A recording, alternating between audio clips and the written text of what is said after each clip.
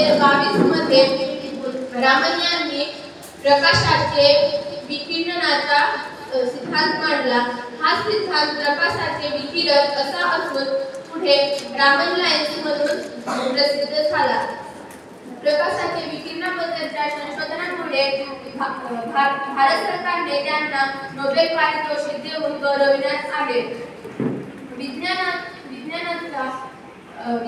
विज्ञानाला चालना देऊन भारताची प्रगती व्हावी म्हणून झडणाऱ्या अशा बुद्धिमान शास्त्रज्ञाचा 21 नोव्हेंबर 1970 साली मृत्यू झाला। एवढे बोलून मी माझे शब्द लौकिक ही द्विपदयुक्त असून दोन प्रकारांची असतात। पहिले प्रकार आहे अवर्णलौके, दुसरे प्रकार आहे वर्णलौके। हरित लौके वर्णलौके असून इतर प्रकारच्या प्रकाश संश्लेषण प्रक्रियेसाठी हरित लौके फार महत्त्वाची असतात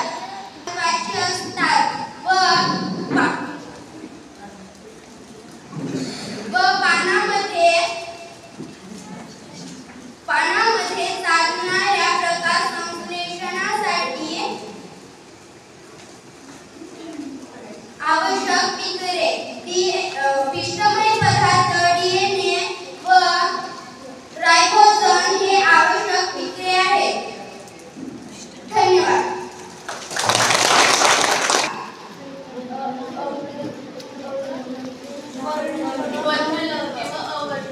तुझे उत्तर बरोबर आहे।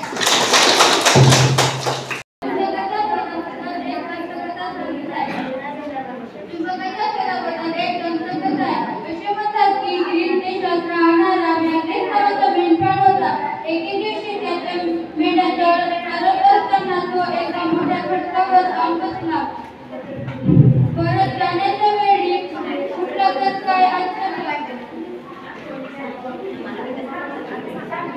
त्याची त्याची काडी त्या खडकाला चिकटली। त्याच्या लक्षात आले की लोखंडी पट्टे आहे व काठीला किडा असल्यामुळे असे होत असल्याचे लक्षात आले।